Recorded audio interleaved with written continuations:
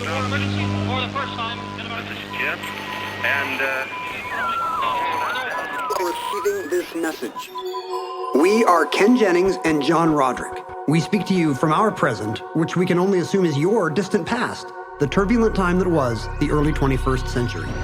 Fearing the great cataclysm that will surely befall our civilization, we began this monumental reference of strange and obscure human knowledge. These recordings represent our attempt to compile and preserve wonders and esoterica that would otherwise be lost. So whether you're listening from an advanced civilization or have just reinvented the technology to decrypt our transmissions, this is our legacy to you. This is our time capsule. This is the Omnibus.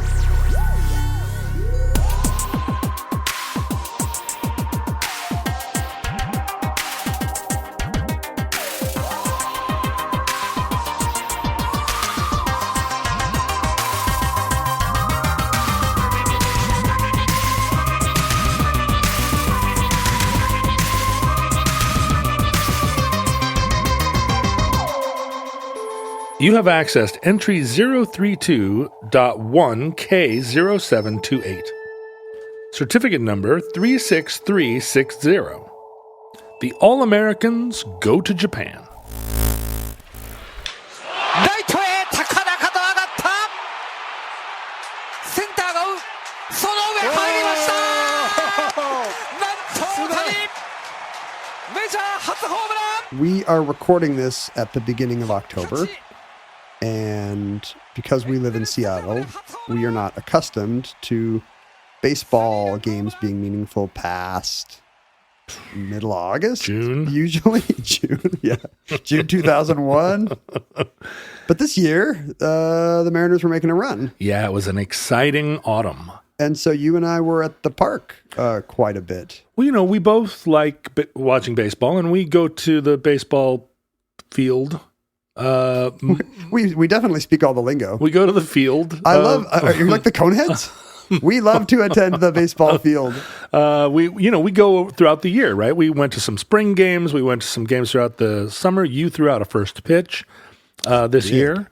Your second, I learned earlier, because you threw out a pitch at a Toronto game. But you are relentless in your criticism of Blue Jays fans, and this is kind of the first time that I've ever really felt this sort of I wonder if disconnect. they know. I wonder if they know what a wonderful symbol of the team I've been in the past. Because the Blue Jays fans from I have nothing against the Blue Jays, but from the fans from Western Canada always come down when the Blue Jays play. And here's the thing: they're not even fans. They just want to come. They just want to come drink beer here for some reason for 3 days. Rampage. So they're not. I don't hold the Blue Jays are a fine organization and a lovely fan base. Yeah. It's just these yahoos from Lethbridge hopping in their hopping in their pickups and heading down I-5. So you believe there should be a Major League Baseball team in Vancouver to keep them all home, or do you think that would just exacerbate the problem? By force of Canadian and possibly American law, I don't know if this is constitutional. I'm just throwing this out here. Okay. You should be forced to root for the Major League team you live close to. There should be radii. Right. And if you live closer to Seattle, Washington than Toronto, Ontario, you should not be permitted to root for that team. You think proximity trumps even nationalism? How can nationalism even matter? It's not the Canada Blue Jays. They represent Toronto. Right. It's all because the Expos left. I wish they were still in Expos. Yeah, that was what I was about to say. Because then it would be, maybe then it was just like the French Canada Expos and the rest of Canada. Anglo-Canada Blue Jays. I don't really know. But we do go to baseball games, the two of us. Our friend George is our, baseball companion. Although we used to go to games, the three of us, you, me, and George. And at a certain point, George was like, split us up. And he's like, I go to games with Ken, and then I go to games with John. I think he just wanted to go to twice as many games. Yeah, maybe. Because he goes a lot. Well, he's a quiet talker, too. And you and I have a tendency to bulldoze over the top. It's just a loud place for a quiet talker. Yeah. But I really have enjoyed. I mean, it was very exciting seeing baseball games matter in Seattle. After people don't. I mean, if you are, if you're a Lions fan. I mean, there's certain franchises where no matter where you're from, you kind of understand just what it does to a city's psyche to have just years of underdog status and disappointment. We had, throughout the Ichiro years, we always see the disappointment of the Mariners is we seem like we should. It's always next season. Kill it. We're going to kill it. Ichiro is such a great player. All those guys were such great players. We knew them all by name, and then every year it was just. And that's what's sad. Ichiro out. never got a ring. Felix never got a ring. Yeah. I like the front office better now. I think. I've been hurt before. So you've got this front office business where so many times. I really am oblivious to all that recruiting and guys in AAA. I don't care. I have an 18-year-old who became obsessed with baseball this year. Like, not as a bandwagon fan. Like, when the Mariners were still predicted to go, 70 and 92 at best. My son just got super into baseball, watching every game through means legal or illegal. He started keeping a little scorecard like I used to when I was his age and kind of perfecting his methodology. Dylan's a unique case in that he is tall and handsome and cool, but also a nerd, and he's got to find the right place to be a tall, cool, handsome nerd. Well, being a baseball kid who keeps score, who's really interested in sabermetrics and stats, that really kind of splits the baby. It does. That's very smart branding for him. It does. So yeah, I mean, there was a time when he could have been like into Star Trek, but then he like cooled out of it and into baseball. So we'll see how it plays. I'm rooting for him as a 25-year-old. I think today the Star Trek kids can cool out maybe into anime. I don't know, man. You seem very skeptical of the words cool and anime in the same sentence. I feel like you got to move through anime pretty fast. But well, yeah, because otherwise you'll get, a skin condition. But you mentioned Ichiro. We love Ichiro. I have a jersey. I have an Ichiro No, jersey. you're kidding. A real one? How did you get it? No, not a game jersey. It was just a birthday present from Dylan, who thought I should have an actual jersey that didn't say Jennings on it because he thought that was embarrassing. I'm not wearing that to the park in any case. For years, we used to sit along the first base line, and Ichiro was right there, past first base. He was right there, and he was just watching him walk. He was just so beautiful to watch him move. He was, it wasn't just some, growing up with, Ken Griffey Jr. was Seattle's first superstar in any sport, right? Because the Seahawks never had anybody other than kind of local favorites, and the Huskies had some big names. I don't think college counts because they're if they have national status at all, it's for like a year or two. What about Brian Bosworth? See, exactly. Speaking of a year or two, it's true he got a movie deal, which Jim Zorn never did. But like even when the Sonics won the title, it was just like it was a team effort. Like maybe the fan favorite was Jack Sikma because it was an incredibly racist white town. Wait a minute. What about Sean Kemp and Gary Payton? They were big stars. Yeah, but not superstars. Those guys are not. Oh, right. They're not Charles Barkley's. Yeah, you're right but by the time they came along, Junior was already playing. I don't know when he made his debut. I'm not even going to look it up. Right around 89. There, yeah. It's around the same time. And Seattle had just never had a superstar. Yeah. And I was just gaga for him as a kid. But Ichiro was something different because you felt like you weren't just watching kind of a once in a generation talent. You were watching just like a new kind of player. Just like a genius. Yeah. Like he had come from the future to teach us a new kind of baseball. I was at one of those games where he caught a ball and as far right field as you could be, and then threw it to some laser-like third base, and it didn't even have an arc. He threw it just flat to third base, and I think I've seen the play. It beat the runner. Yeah, and the glove doesn't even have to move. Like it lands exactly where you need to put the tag on the foot. And it was a thing where the stadium didn't know whether to lose their minds or just be quiet. Just be quiet like you would be like in a church. Yeah, there was something about Ichiro that really kind of commanded respect. Yeah. Right. And that was a funny time for the franchise because we were speaking of radiuses or radii to coin the phrase. Like we were the de facto Japanese major league franchise. Yeah. You remember all the bilingual signage at the stadium? Yeah, that was some fun. of which is still there, by the way. They took me through the. You ever sit where like the rich people sit, where they get their own little buffet? One time, I sat in the padded seats where they had a cake bar in the basement, and you could get lobster tails. It's not baseball if you don't have a cake bar. It was incredible. I didn't want to leave the buffet. You look down there and you see like Macklemore's eating an ice cream sundae, and you're like, where did he get that? He's at a ballpark. Well, they bring it up to you too. Yeah. The problem is, you and I both suffer from this. We never get to really capitalize on true luxury because we don't drink alcohol. And for 80% of the people in those padded seats, it's just the free booze. I think that about they this want. every time I'm in an airport. Yeah. Like everything about flying prestige is built around the idea that you can get all the free alcohol you want at 11 a.m. Good drinks is what it's all about. So I'm in this lounge thinking, I guess I'm in a lounge, but like I'm enjoying it less than anyone. Yeah. Do I get a bowl of Frosted Flakes? Is that my compensation? Look at these wasabi peas. All I can eat. Well, and that's true throughout show business, right? My entire career, like when we used to tour Spain, most of the bands that go to Spain are paid primarily in cocaine and top shelf booze. Oh. And I was like, no cocaine, no top shelf booze. I'll just take the money. And they were like, oh, the money. No hay peseta, senor. We don't have them, but we could get you some more booze. And, my bandmates are like, woo, free booze. And I'm like, oh, come on.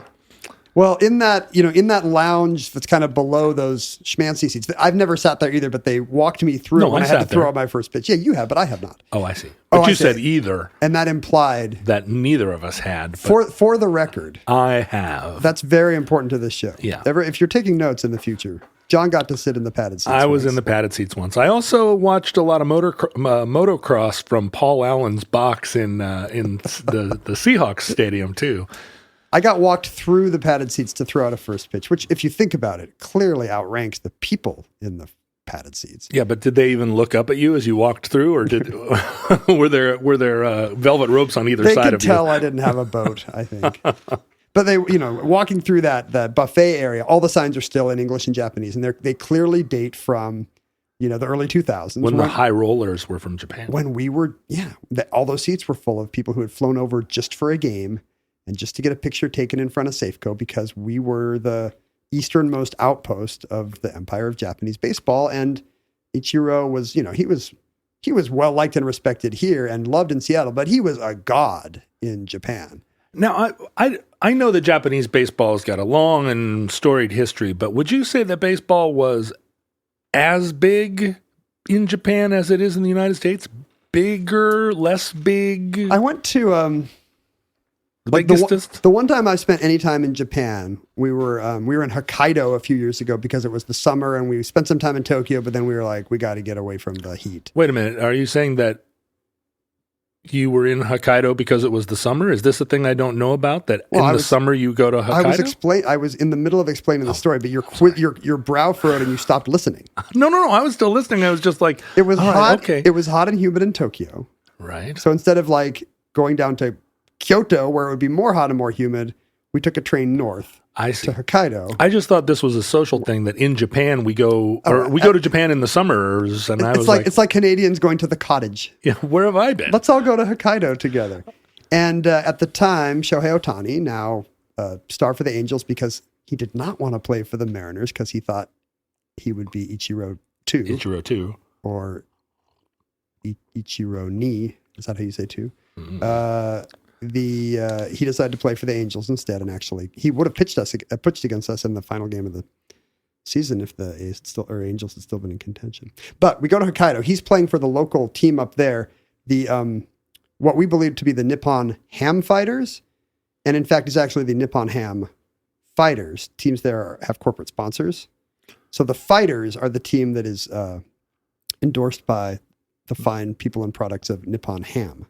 And is a canned meat company. Okay, so ham is an English word. Yes, it's a pork themed baseball team. Okay, and so everywhere they're not fighting. Everywhere you go, and not just in I assume the Nippon Ham Fighters play their home games in Sapporo. I have no idea. There was I'm looking it up now. Yeah, they're in Sapporo, and but even you get out in the burbs, you get out in the country, no matter where you went up there were giant pictures of Shohei Ohtani everywhere. Every vending machine, every billboard, it was a just kind of giant, massive star. Stalin-like posters and placards of this guy. And no other contemporaries, no other baseball stars. Here at Safeco Field, there are always 3 or 4 banners of big stars. Like, you mean this? Not the statues of stars in the past. They put up the current line. Yeah, yeah, the current line. And it's been a little thin in recent years, and a lot of turnover there. Hanniger is going to get his own banner, I think. Yeah, I think now there's a chance for some long-term banners.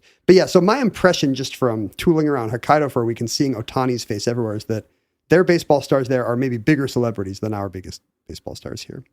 And that dates back to, surprisingly, the 1870s. I think I had kind of naively assumed for many years it was during the occupation. I thought so, too. It goes back to the 1870s? In 1871, a Maine farmer, like as in from the state of Maine, and Civil War veteran named Horace Wilson headed to Japan. Great Civil War I mean, it's exactly what you want, right? Mm-hmm. He headed to Japan to teach English, etc. at some school. This was during the Meiji era. You know, a new modern emperor was on the throne and had decided, in defiance of centuries of Japanese tradition, to open the country to new ideas and progress, and that meant the West. So Japan, Admiral Peary arrived in Tokyo Bay in 1853. So Japan has only been open, quote unquote, open, for 25 years at this point? For centuries there had been, the occasional Dutch or Portuguese ship, but, the Japanese government made very specific policies to confine foreign influence to Nagasaki, and exactly for this reason. Like, these ideas are very powerful. They've got these muskets, which are also powerful. Baseball bats. They didn't have baseball bats then. Oh, I guess not in 1853. This is, but I'm just talking about, the earliest Dutch and Portuguese visitors in the 17th and 18th centuries. They were all confined to one port city, because the Japanese view of culture then was, that their culture was rigorous and superior, and these new values were not just a threat; they were actually, bad for you. They were unwelcome. Now, wait, I just looked it up. The first baseball game was in 1846, predating Admiral Peary in Japan. That's interesting. So, but similar era. Yeah, so baseball would have been a very new game when Horace Wilson showed up at his school. He spent 6 years in Japan, returned in 1877, died in San Francisco in 1927, and his descendants, still living in Maine, were shocked in the year 2000 when Japanese baseball historians reached out to them and said, "We would like to come to your farmhouse, and which to us is like a shrine. Your great granduncle or whatever, Horace Wilson, brought baseball to Japan in the 1870s. Apparently he had spent, as you say, baseball is a few decades old then. This was a sport that Horace knew from the Civil War, or whatever. Right. And during school breaks and recesses, he had made a makeshift diamond and taught some of the kids at his school to play baseball. And, I don't know how directly you can draw the line, but the Japanese baseball historians see that as, that's their Abner Doubleday origin moment. Is it well known in Japan, or was this something that was recently unearthed? I think it was recently unearthed, and Horace Wilson had just been added to their equivalent of the Baseball Hall of Fame. Even in the U.S., you dig into the history of these sports and it's a little bit murky. The Doubleday story is not true. That's more mythology than history.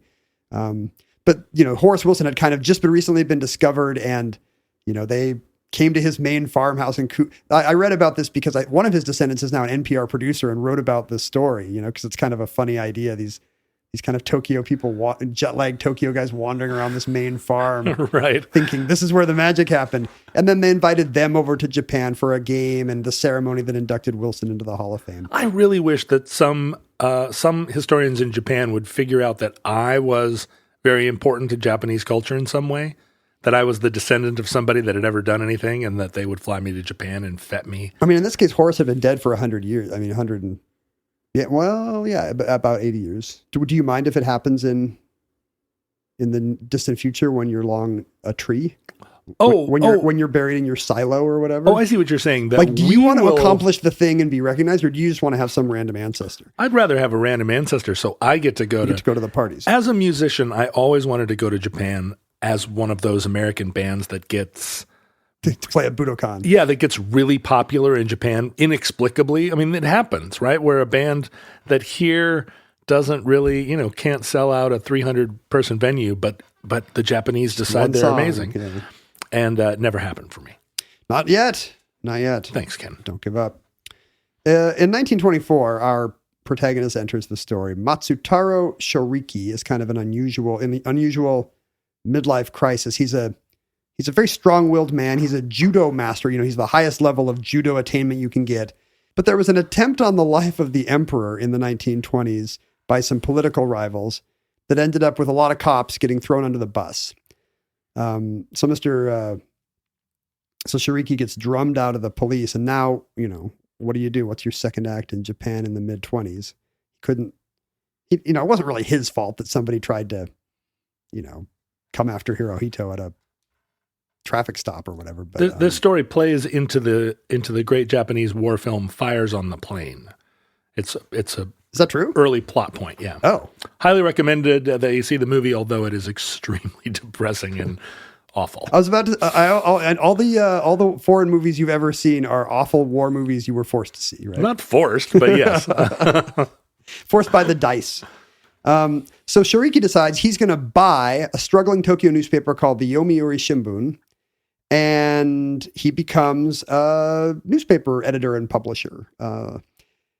At the time, baseball, since the 1870s, baseball is getting more and more popular in Japan. And obviously, America being the birthplace of baseball, there have been the occasional barnstorming tour where American players have come over and played a series of games against local, that was the fashion in a lot of sports, even domestically here. The big basketball teams would go through Iowa in the offseason. The big baseball teams, they would often have gimmicks like, look at this all Jewish team, or here's a Negro team coming to your town. Like, this happened in every sport because it was, back before TV deals, all the money was in live performance. The Harlem Globetrotters came to Alaska. No. In the 80s or maybe the 70s. The Globetrotters are the leftovers of the Barnstormer era. It was a huge event, too. I mean, they played the big arena. Everybody was there. I remember every time the TV commercials played in Seattle, you'd hear Sweet Georgia Brown. I'd be like, I wish we could go to when I was a kid, I wish we could go to the Globetrotters. You never saw the Globetrotters? We talked about this with the Washington We did a show Generals. about the Washington Generals. Yeah. I mean, I've seen the Globetrotters if you count their animated versions meeting Scooby-Doo or Gilligan on Saturday morning. No, I don't count that. But I saw them in Seattle. I saw them here at the Coliseum and then in Anchorage too. 2 times I saw the Globetrotters. You're kind of a super fan. You follow them around. You're like a deadhead of Meadowlark Lemon. You're a medhead. I also saw The Dead 2 times. So we need you to see the Harlem Globetrotters 3 times just to break the tie. I feel like the 2 of them are yin and yang. So Shoriki wants, he thinks this is a good publicity angle for his paper. He wants the barnstorming tour to end all barnstorming tours. He's ambitious for this little newspaper editor. He wants the biggest celebrity in the world. And this is what year? He wants Babe Ruth. Oh, this is that year. It's now the late 20s. He spends a decade, Babe Ruth is the biggest, arguably the biggest celebrity in America. Better known than the president. Bigger than Fatty Arbuckle. in 2 ways, probably. But the Babe keeps saying no, and you can see why, it's Japan. It's a hassle to take a boat all the way to Japan. And, right. I'm not appreciated there the way I am. I'm just going to do my normal publicity tours. But as the decade goes by, as we get into the 30s, Shoriki's paper takes off and he becomes one of the biggest media, he's now a media mogul, basically. He's a big Japanese name. And he has an angle. He decides to befriend, He makes a connection with an American baseball star named Lefty O'Doul, who has been a pretty big left fielder. He's left fielder for largely the Giants during the 20s and 30s, and a bit of a Japanophile. So Shoriki kind of stokes these fires and hires him to consult on baseball stuff. So he's got a connection to the major leagues. And Lefty O'Doul's wife succeeds in befriending the Babe's wife and daughter. Love it. So now Shoriki is just, what is that? 3 degrees of separation? 4 degrees from the biggest celebrity in the world. Worming his way in. Yeah. In my experience, and this is probably, let me just float this. The best angle when you're trying to get a celebrity to do something is to just throw money at them, right? I mean, what you don't have to get your friend's wife to get to know their wife. You just offer them more and more money until they say yes. So the question here is it that Babe is the one guy in the world you can't do that to because he has just an exorbitant, he just has Hollywood throwing money at him, and he can endorse some kind of cream of wheat and make some insane amount of 1930 money without having to cross an ocean? Right. Or is it Shiriki's budget? He's a pretty big name in Japanese publishing, but maybe that's still a pretty small pond. Yeah. Okay. Compared to, the Babe's Manhattan environs. So he's working an angle. He works an angle, and it works. In the early 1930s, he finally strikes a deal with Babe, and in 1934, Babe Ruth comes to Japan. And not just Babe Ruth, but he once he has Babe Ruth on board, he gets the American League on board, and kind of an all-star team of American League celebrities, including 9 future Hall of Famers. Babe Ruth, Lou Gehrig, Jimmy Fox, Lefty Gomez, they all get on a boat and head to Tokyo for Shiriki's barnstorming tour. Wow, fantastic.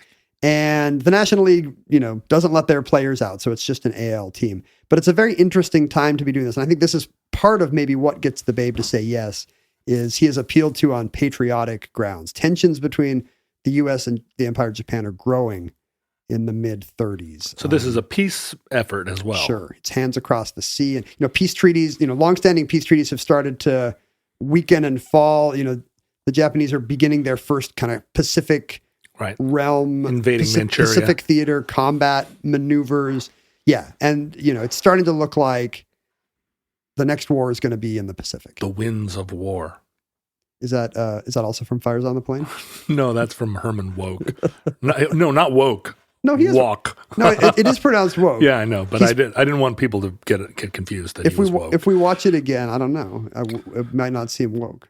Probably not. Although I loved that. There's a big part of War and Remembrance set in the camps. It's a Holocaust. Oh, that's series. right. That's right. Maybe he was Herman very woke. He was Herman Woke. I mean, I loved the book even before the miniseries. Oh, I never read the books. Yeah, it's good. They're good. The thing about the 80s was you never had to read those fat books that were always in rental homes or grandma's house, unless you wanted to, because there would just be a 12-hour version of them on CBS. Yeah, that's right. But those big fat World War II historical novels used to be a big thing. Yeah, they're 1,100 pages. James Michener and yeah, I really enjoyed watching.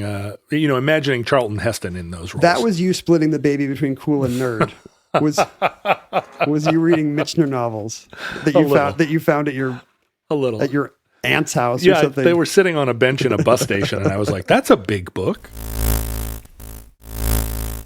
So on November 2nd, the All-Americans arrive in Japan, and they are greeted with pandemonium. Because baseball is big enough there that just having the actual people never thought they would see their actual world celebrity superstar idols in person, and now people line the streets and there's parades and people are just chanting Bonsai Babe Ruth outside the Imperial Hotel. That must have been exciting for them. Can you imagine? Yeah. Bonsai Babe Ruth, by the way, is the name of the very good book that Rob Fitz wrote about this tour a couple of years ago, which I'm drawing heavily on here.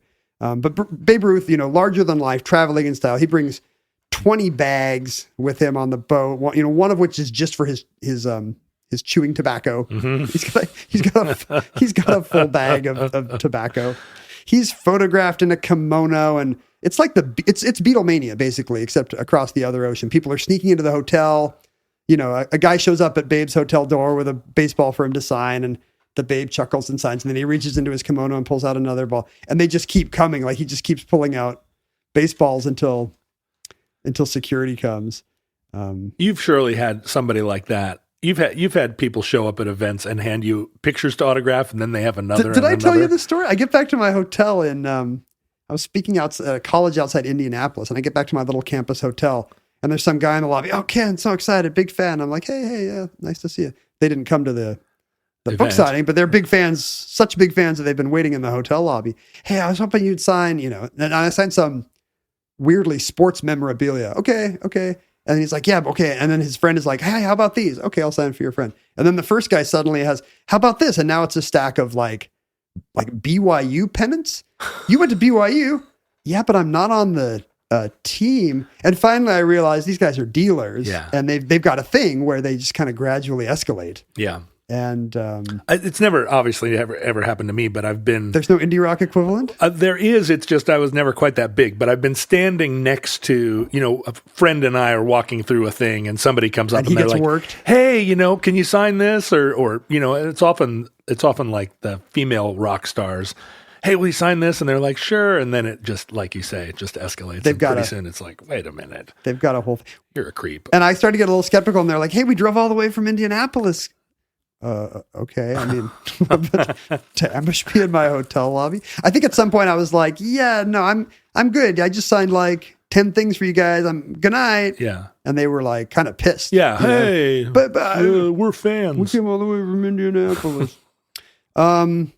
But there's an interesting kind of cultural tension going into Japan right now. And the presence of Babe Ruth really becomes a flashpoint for it.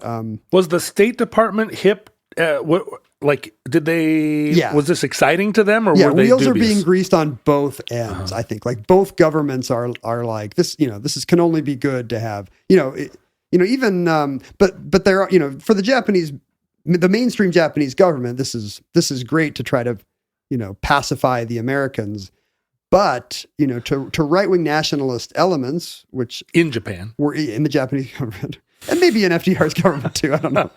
No. Like that's where the real controversy was. Because this is polluting Japanese culture? Yeah. It's specifically Babe Ruth is an affront to the,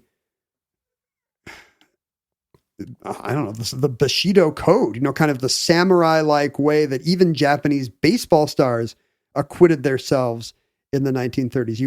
It was all about, it was not about the money. It was not, Babe Ruth famously, the richest man in America, just lived it up, big appetites in every way.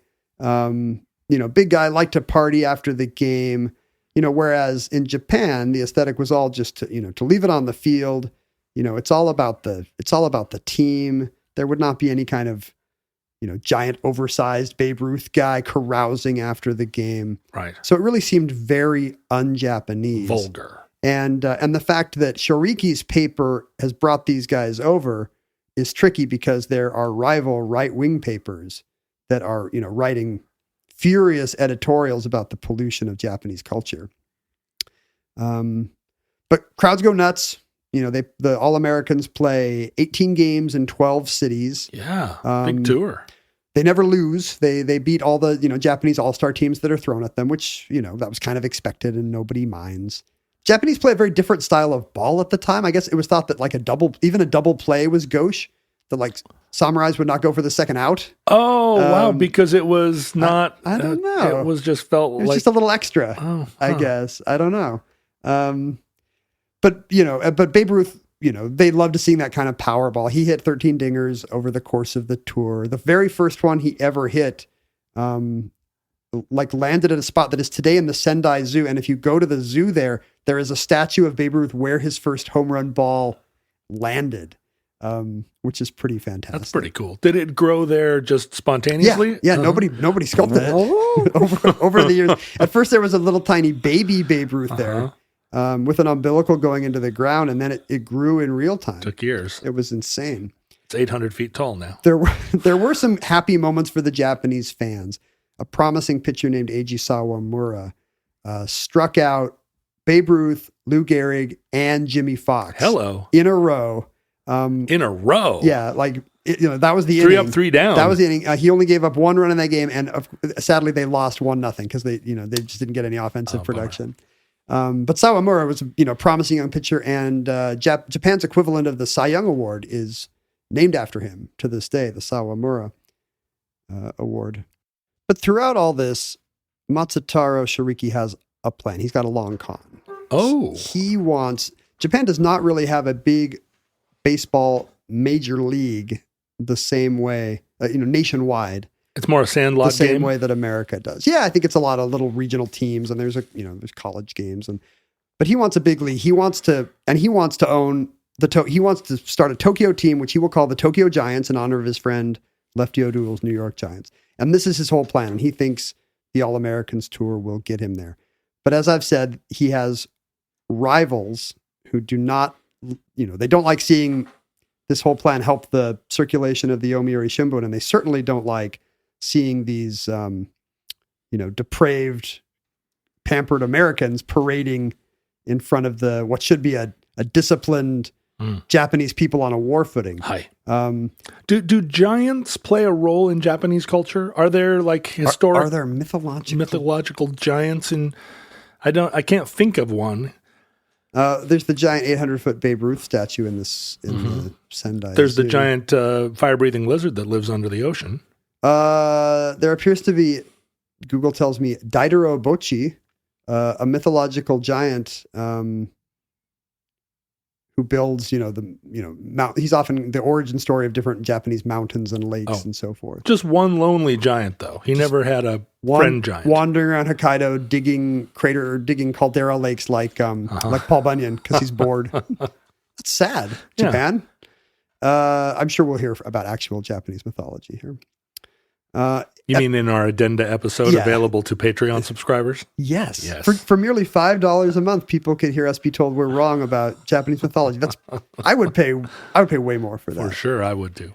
At the time, a lot of these kind of right-wing societies really overlap with Japanese organized crime. They're effectively crime gangs turned quasi-military or governmental entities by supporting the correct factions within the government. Are you telling me that organized crime isn't socially liberal? I don't know. Do they tend to pursue conservative, traditional ways?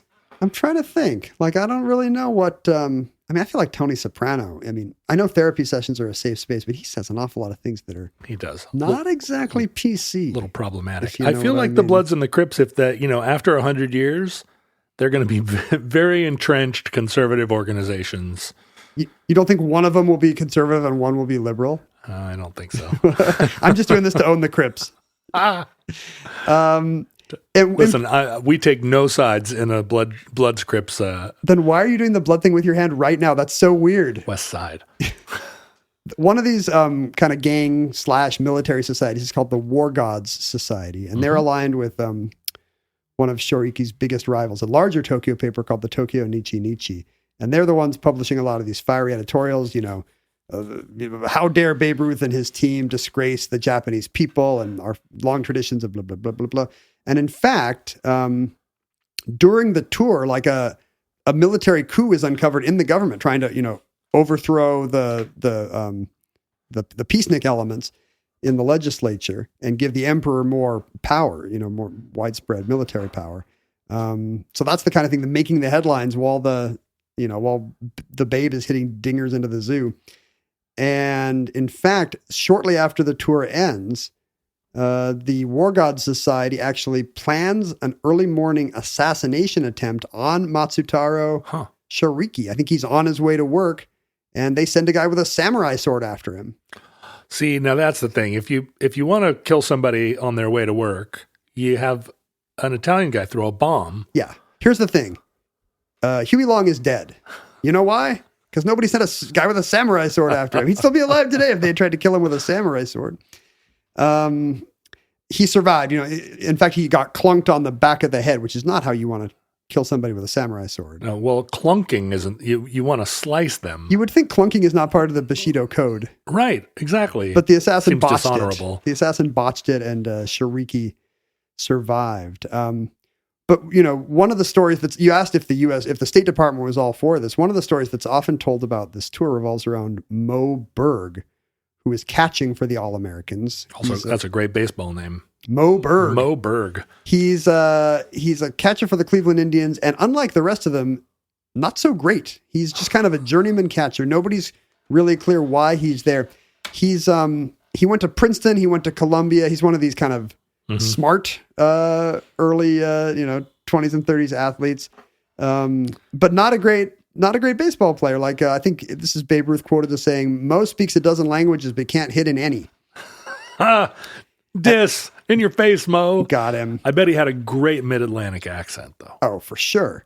Lou Gehrig went to Columbia. Maybe he did too, Were these all rich kids? Hey, better, swing. That's why everybody has that weird Billy Crystal way of talking.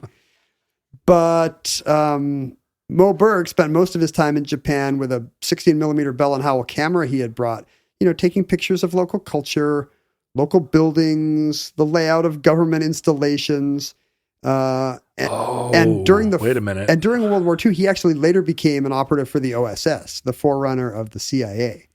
So a lot of speculation has revolved around Mo Berg's part in this. Did the State Department put in a crappier catcher just because he was a man with an espionage mission? That feels like a conspiracy theory that is like reflecting a post-war idea about espionage.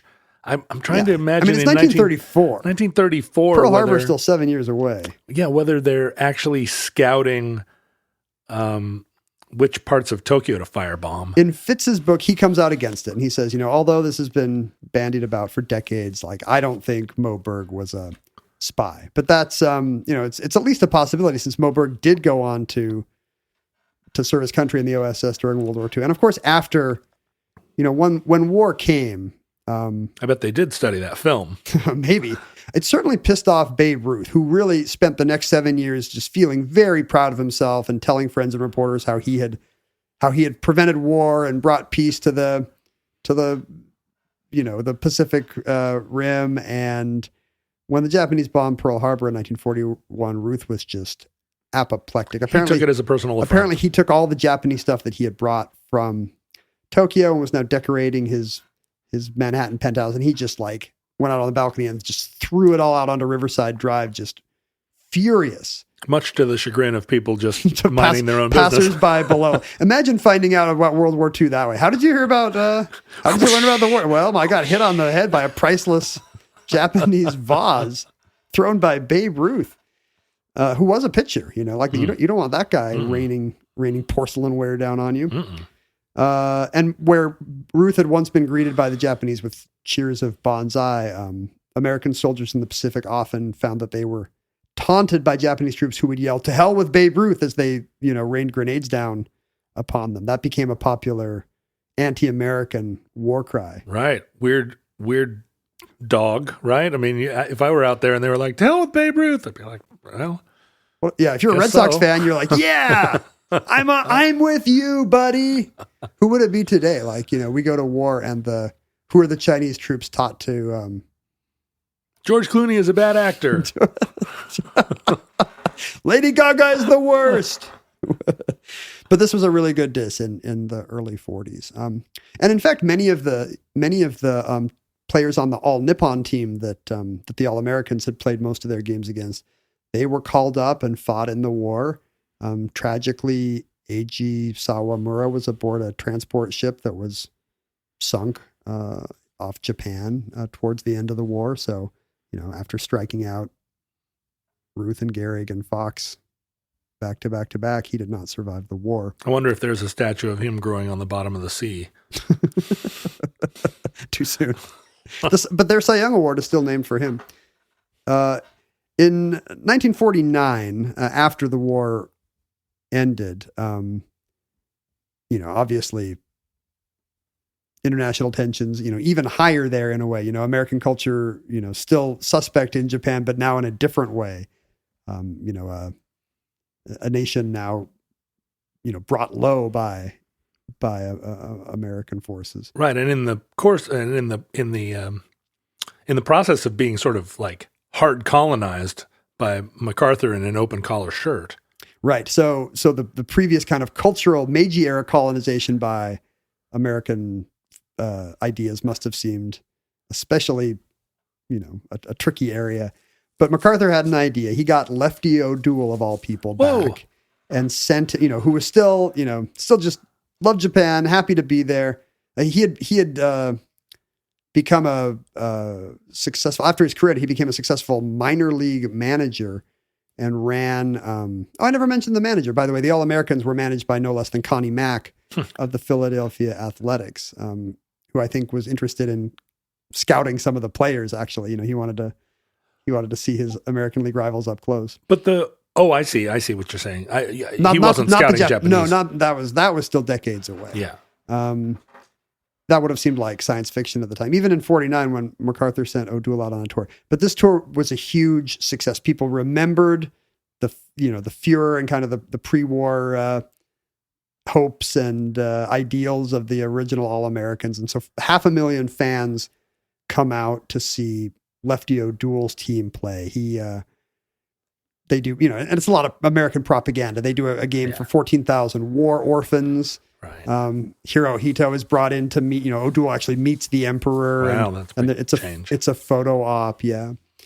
Well, it's funny because you could see on the one hand that there would be resistance to the Americanization, but on the other hand, Japanese nationalism had been really discredited in the previous 10 years. Yeah, it was not a good look then to say, well, let's keep pure. Well, I'm against this. Yeah. And I guess they just love baseball. I mean, maybe there is some kind of just pure love of the game element that actually does transcend politics. I mean, Cuba loves baseball and doesn't seem to. Have we tried baseball-based cultural exchanges? I don't know. Well, I think it just happens, right? That's half the reason that the Caribbean hasn't united in war against the United States because baseball keeps the peace. They'd hit one of their own infielders. Yeah. Shiriki, interestingly, despite running one of the non-nationalist papers before the war, was imprisoned by the occupation because his paper had run, a ton of government propaganda, because they'd been forced to, but he did time. Wrong side of history. In MacArthur's Japan. Yeah, that guy could not catch a break. First the Japanese hardliners hate him, and then the American occupiers imprison him. But nobody tried to clunk him with a samurai sword again. And when he got out, he did, in fact, start his league. And he did, in fact, own the Tokyo Giants. And by the time he lived till 1969, and by the time he died, the Giants roster included a rising star named Saduharo Oh, who was kind of the first great Japanese international superstar, mostly by virtue of the fact that he was a slugger who eventually beat Babe Ruth's American home run record. His career total outstripped the Babe's number, before Hank Aaron did so, I think. And as a result, that was kind of Shiriki's legacy. But sports diplomacy is not dead. Dennis Rodman did not solve U.S.-North Korea relations tragically. Yet. But this is still and it's the whole ideal behind the Olympic movement, right? Right. That it doesn't matter what your governments think, that, as long as the people are fencing and speed skating against each other, that war is much less likely. So in the Olympic movement, even though javelin throwing maybe is arguably like a Greek event or, a prehistoric event, basketball has clear roots. It was a game devised in a place, in a time. At what point do you think, or maybe this is already true, is baseball in Japan considered now still an Americanization, or is it now so rooted in Japanese history and culture that it's felt to be like a Japanese enterprise? We're not speaking to American listeners. We're speaking to largely Australian super listeners. Intelligent fungi in the southern hemisphere, which has not been decimated by the neutron bombs. But maybe it would be a good and interesting analogy to think about how Americans feel about tennis or golf. Right. We don't think of golf as a Scottish cultural imperialism. Right. It's kind of an asterisk bit of trivia that it came from somewhere else, but it's just part of our lifestyle here. And I think that's maybe how basketball is in the places where it's super popular, the Serbia. Philippines or Lithuania. Yeah, exactly. And that's, I think, how baseball feels in the Dominican Republic or Japan, and especially now that it's a point of pride that Japan has, contributed players who can play at or above the level of these American superstars. I mean, in a way, I guess Hideo Nomo opened the door, but it's a player like Ichiro that really fulfilled the promise of this 1934 tour where, the Japanese pitchers just getting lit up by these Americans. I guess the Japanese way is to, assimilate these ideas now and to improve upon them. And, 60 or 70 years later, they produce a hitter who's better than any scientific contact hitter in American history. When you think about soccer/football, it has become truly a global sport. And, you doubt very much that anyone in Brazil thinks of soccer as an English sport or even a European one. Right. But cricket, although a global sport, is really confined to the British colonial territories, or at least, as it ebbs out from there. But it feels very much like a colonial after effect, even though it's probably bigger in India than it is anywhere. To an outside observer, yeah. And obviously you and I are experts on cricket. Yeah, famously. Right. Well established. But I think, I don't think it feels that way to fans of the Pakistani national team or whatever, on paper you can see the influence of empire that left islands of cricket in places. But, in these now independent countries, it's very much a source of national pride in Barbados or India or wherever. I just really want there to be a Russian baseball league or something that takes baseball finally out of the, where we could really have a World Series where teams from around the world could play. I think we missed our chance. We sent Horace Wilson to Japan in the 1870s, and there was a vacuum there. Yeah. I guess they needed a novel sport that would kind of symbolize the future, the forward-looking aesthetic of the Meiji era. But we should have sent somebody to Iran. Or China. Think how different the world would be. And that concludes the All-Americans Go to Japan.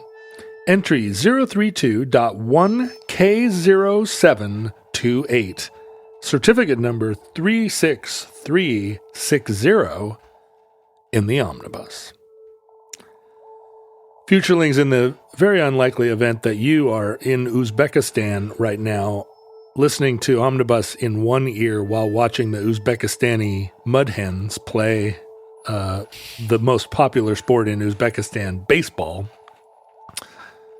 you can find Ken and me issuing mea culpas from beyond the grave on social media. The great equalizing force of contemporary life. That's the true international sport that will keep war at bay. The fact that we all are hanging out together on Instagram. The other day, somebody sent me a link to something where they were like, have you seen this killer whale eat a great white shark? And I was like, oh, I'll always watch a killer whale eat a great white shark. And I clicked on the link and it was to an Instagram video. And I hadn't been on Instagram in months because of, I'm avoiding social media.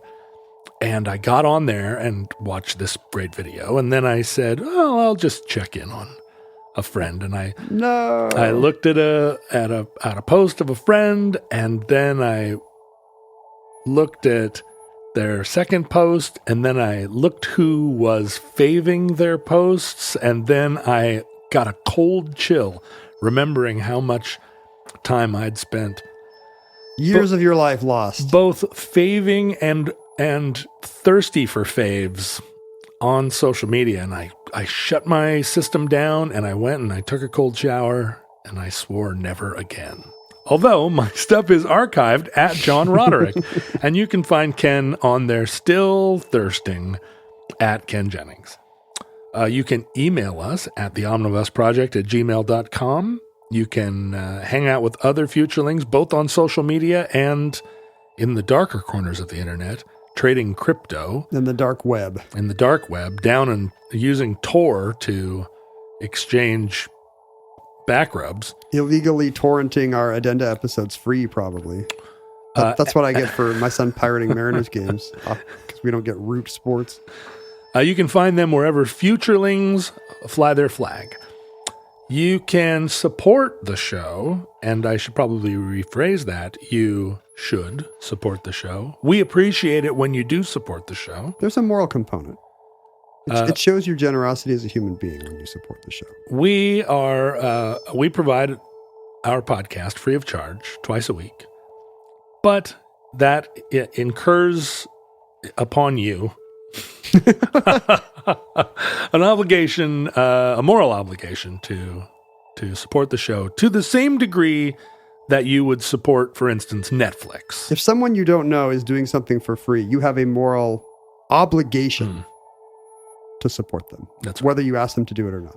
I mean, you can support us with high fives and retweets too, but I'm not on social media, so I don't see your retweets. You could write a nice review on Apple Podcasts. Oh, that's right. Write and or tell your friends. What is it? Fave and review. That's what people say. Star and review. Is that what they say? You haven't been on social media for so long. That part of your brain is just atrophying away. Like, get on the internet and say something like nice. Tears in Rain. Anyway, that's you can support the show at patreon.com, which is a crowd-sourced support network. Patreon.com/Omnibus Project. And you can send us real-life things, actual things. The table here in the bunker is covered 6 inches deep in real-life things that people have sent us. What are we going to do with this stuff? Well, I don't know. I'm finally reading that Star Trek comic from a couple weeks ago that has like an AMC pacer on it for some reason. I was reading the book the other day, How to Hide Stuff Anywhere, learning a lot about how to... I mean, some of it is just like, put it up in the false ceiling above your desk, and it's like, yeah, they look for stuff there.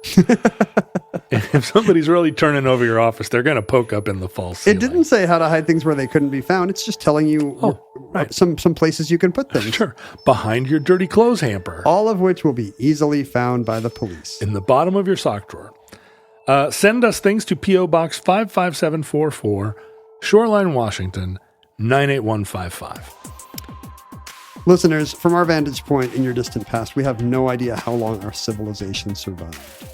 We hope and pray the catastrophe we fear may never come, but if the worst comes soon, this recording, like all our recordings, may be our final word.